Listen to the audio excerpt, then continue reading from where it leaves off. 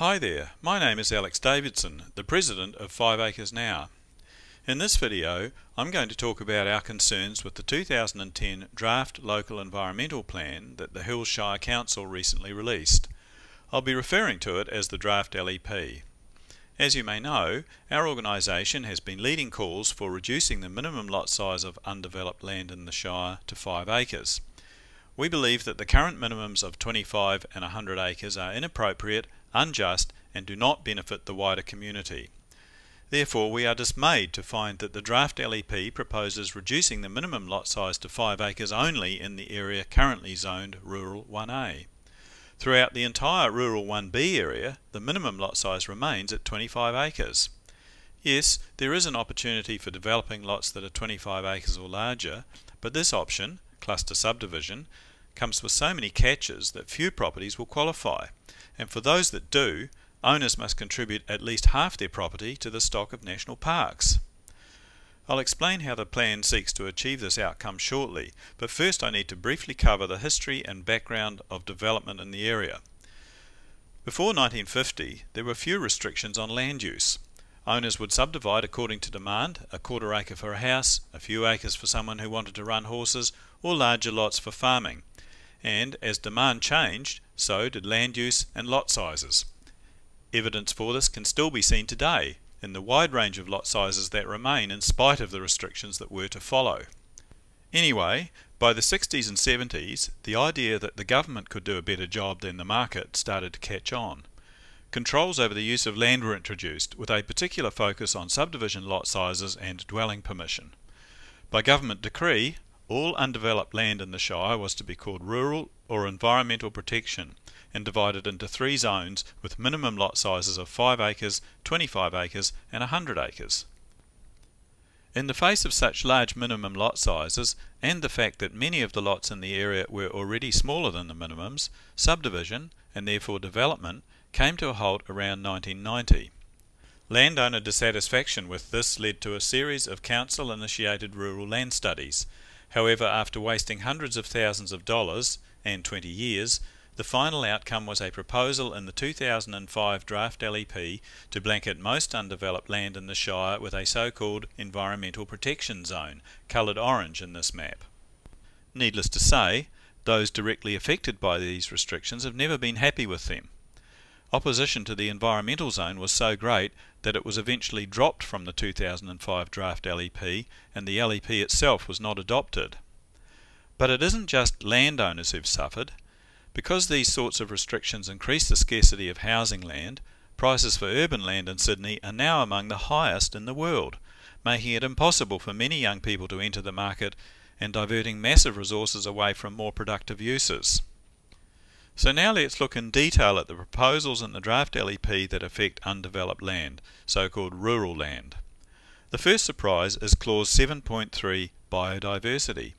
This is nothing other than the same environmental protection zone, shown here in pink and red, that was unanimously rejected by councillors and affected landowners in 2005. What part of no don't the planners and government understand? Changing the name to Natural Resources Biodiversity Map doesn't alter the fact that this is simply a way to prohibit development on undeveloped land. It is an egregious attack on property rights without any sound justification. There'd be no Sydney if such principles had been followed 200 years ago. The second surprise is the zone objectives. According to the most recent rural land study, 72% of the southern rural area, the suburbs south of Maroota, is being used for rural residential purposes and only 6.4% for agriculture.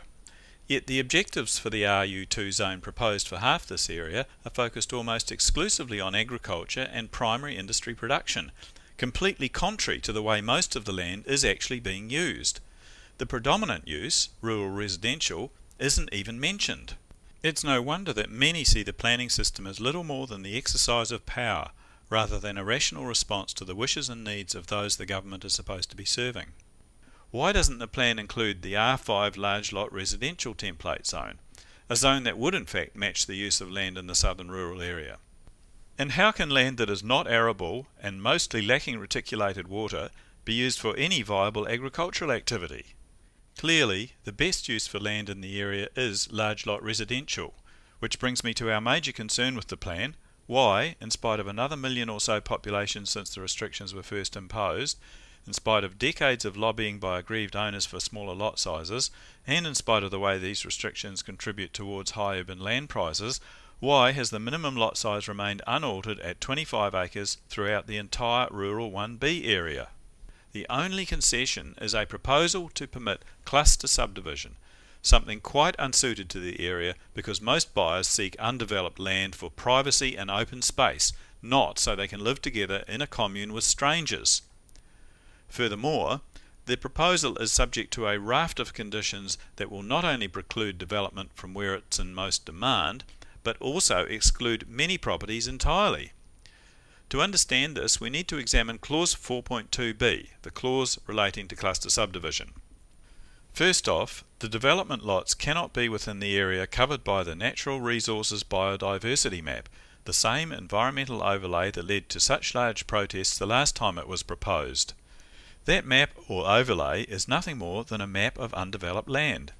It's based on aerial photographs of bush and scrub. What else would you expect to see on undeveloped land? So what they're saying is that undeveloped land cannot be developed because it's undeveloped. It's a silly circular argument being used to exclude the vast majority of the area. Secondly, the proposal applies only to properties 25 acres or larger. That will exclude a significant number of properties in popular areas where it is more likely to find lots smaller than 25 acres due to past patterns of development or SEP 1 variations. Thirdly, only properties affected by the Natural Resources Map are included. That will exclude properties that are largely clear of scrub and regrowth. So what's left? Well, finally, and perhaps most outrageous of all, if a property makes it that far, development can only proceed if at least half is turned into a de facto national park, which the original owner will no longer own. The way this last part works is spelled out in Part 3 of Clause 4.2b. Ignoring Part 3a and b for a moment, Part 3c says that subdivision must not result in more than one development lot per 5 acres.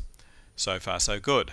But then we find in Part 3d that while each development lot cannot be smaller than an acre, no problems with that, there is an entirely new type of restriction, a maximum lot size of 2.5 acres.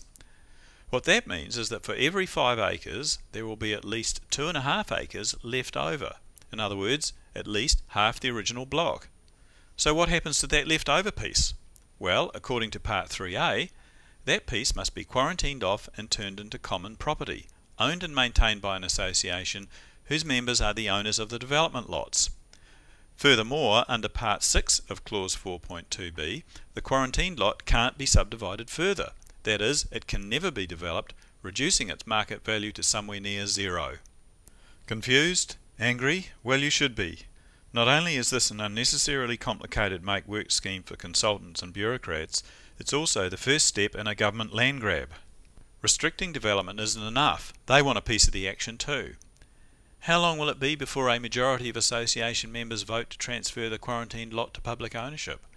After all, it can't be further developed and must be maintained. It's a cost, not a benefit. The government's exploiting the weak position of landowners who've already lost most of their property rights and saying to those eligible for cluster subdivision, take it or leave it. Either turn at least half your land into a national park, and we might let you develop the rest, or lose the opportunity for development entirely. And for what? Why does the draft LEP seek to quarantine land from development when, according to the Garno report, there are about 28.8 hectares of forest and wooded land for every person in Australia, 36 times the world average? What's the justification for declaring 54% of the Shire, some 20,000 hectares, amounting to virtually all of the proposed RU2 zone, as affected by the Natural Resources Biodiversity Map, when we are already surrounded by more national parks than exist in many entire countries? And what does natural resources biodiversity actually mean? Isn't all land a natural resource? It's hard to say whether this is environmental protection gone mad or urban consolidation taken to extremes. Either way, it's complete overkill in a country that has one of the lowest population densities in the world, where there won't be any need for these sorts of policies for centuries, if ever. So what does 5 acres now want? First, the biodiversity clause, clause 7.3, must go. It is completely unwarranted and an unacceptable violation of ownership rights for the reasons just outlined.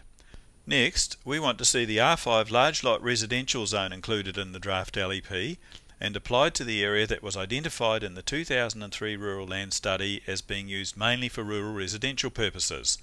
Within that zone, lot sizes could range between 1 and 5 acres.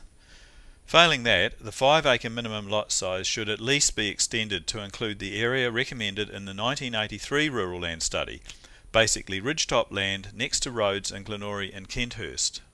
If the government refuses to consider either of those options, then at the very least, clause 4.2b must be amended so that rural residential development can proceed where it is in most demand, and so that owners are not required, as a condition of development, to turn at least half their property into a national park. This requires removing references to the Natural Resources Biodiversity Map, removing subclauses A and B and the words not greater than 1 hectare in clause D. These changes would not alter the dwelling density, they would simply make the provisions in the plan similar to the current Rural 1D zone, which satisfied environmental concerns without unduly trespassing upon ownership rights. Apart from these major concerns, we are also unhappy with other aspects of the draft LEP, such as the inclusion of the optional clause relating to tree protection. In general, the draft LEP is far too prescriptive and furthers the dangerous erosion of property rights that commenced when significant restrictions on land use were first introduced in the 1950s. By continuing to prohibit development, it values undeveloped land more highly than land put to a productive use, leaving everyone worse off in the long run. It's madness, no different to the way the Wild Rivers legislation stifles economic opportunities for Aboriginal landowners in Queensland, or the way native vegetation legislation denies farmers the right to make productive use of their land. It is completely unjust and not the sort of thing any of us would have dreamed possible in Australia, where our forebears fought to live in freedom in a society that respects private property, not one that prohibits development and attempts to expropriate land using the flimsiest of pretexts. If it were to go ahead unamended, it would represent two massive victories. One, for the environmental lobby at the expense of private landowners, and two, for the urban consolidation lobby at the expense of everyone else. This must not be allowed to occur.